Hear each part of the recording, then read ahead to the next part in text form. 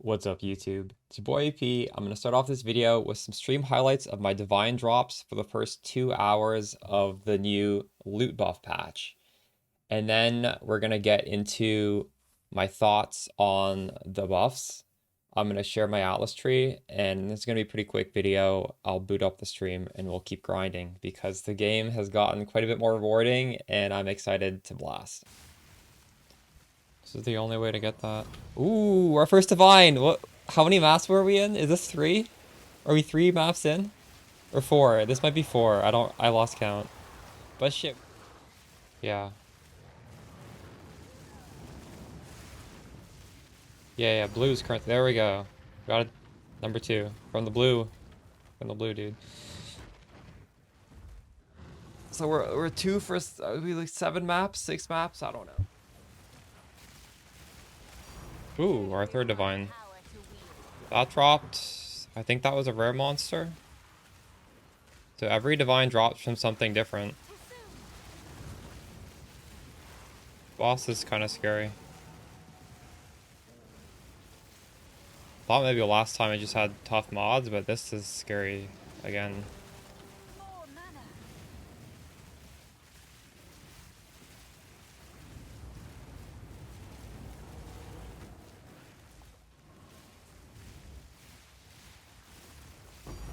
Ooh, another divine. We're ramping. It's about time. 2 divines in 1 map. Yeah, so we had a pretty fun time last night. First couple hours, we dropped 4 divine orbs.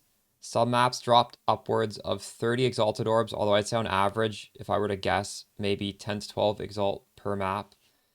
As for the strategy, I was basing it around these 2 towers as well as these 2 towers. So we had a few maps that were quad overlapped. And I was running a strategy I did as early as week 1 of the league. And when we heard about what they were going to buff, I wanted to try it again. So this strategy revolves around Season of the Hunt. You want to have all map bosses possessed by these spirits. And then I was stacking as many map boss modifiers as possible. We had up to 9 on some of these because I just put so many Cruel Hegemony tablets on all the towers. And I did use 1 Visions of Paradise. And the way this works, it reads completed irradiated maps, removes irradiation instead. And I think better wording would be instead of completing the map, which means you can run maps twice if they have irradiation. And that also adds a lot of irradiation. So you're going to have a lot of maps which you can run twice, which is nice when you're investing so much in these tablets. Now, what was my overall thought on this strategy? I had never buffed it up to +9 modifiers. It gets really hard because some of these modifiers are pretty crazy. Like monsters can be lightning resistance, which would be horrible if the map boss has that. They could be enraged. They could have the mana drain stuff. When they have 9 modifiers, there's just so much bad stuff. Did I notice an exponential drop in loot compared to earlier in the league when I was doing this with maybe 1 or 2 of these tablets? I dropped a couple divine orbs from these bosses, but like we were dropping them even before. So I actually don't know if this strat of stacking ridiculous amounts of Cruel Hegemony is in fact worth it, although I had fun. The maps are really challenging, and I'm happy we did it. I will, of course, finish the rest of the maps that we haven't done in this quad area when we boot up the stream. And then I plan on testing out some other farming strategies. People in Twitch chat were saying their expedition felt really good, so we will be doing that. Also, for my Atlas passives, we aren't fully invested in just juicing the boss. We have spec'd into strong boxes, and my advice here would be to specialize in the researcher strong box, because this drops currency, and this will be a nice source of divine orbs if you are crafting those researcher strong box. So you want to alchemy orbit and make sure you exalt until the prefixes are full, so you can get either quant or rarity in the prefix. Definitely worth the investment to craft those up. As for the wisps, I had initially started with the specialization of the purple wisp because in PoE 1 that increased rarity, and we're sort of chasing the unique charm when we're doing this strategy. I thought that might help, although over the course of doing tens and tens of these maps, it didn't feel like purple was better than the other two. So for the end of the stream and also probably for this stream, I'm just not going to specialize this. So feel free to let me know in the comments if you've noticed any of these being better on the boss. From what I understand, blue is going to give you more divine drops from the boss because this is the currency wisp.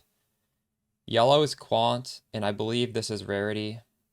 And I'm just going to have to do more testing before I commit to specializing in one or the other. Anyways, the rest of this tree, I went into increased rare chests and magic chests. The first divine drop we dropped was from a rare chest, and in the patch notes they said they are massively buffing these chests. I do think local knowledge is also worth taking, but I just don't have enough points. So I would advise either treasure coves or local knowledge. Unstable energies, in my opinion, is the best keystone. It's worth getting this.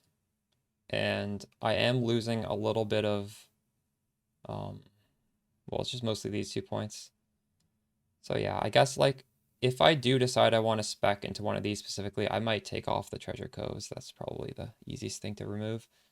As for the bossing passives, I went for the quant from bosses, followed by additional strongbox, additional spirit, and non-irradiated areas with map bosses get an additional level. Some things I may change. I might test it out with rarity instead of quantity. Or actually, possibly I could drop either the Wisp or the Strongbox to get the rarity with the quantity. That's something I would consider.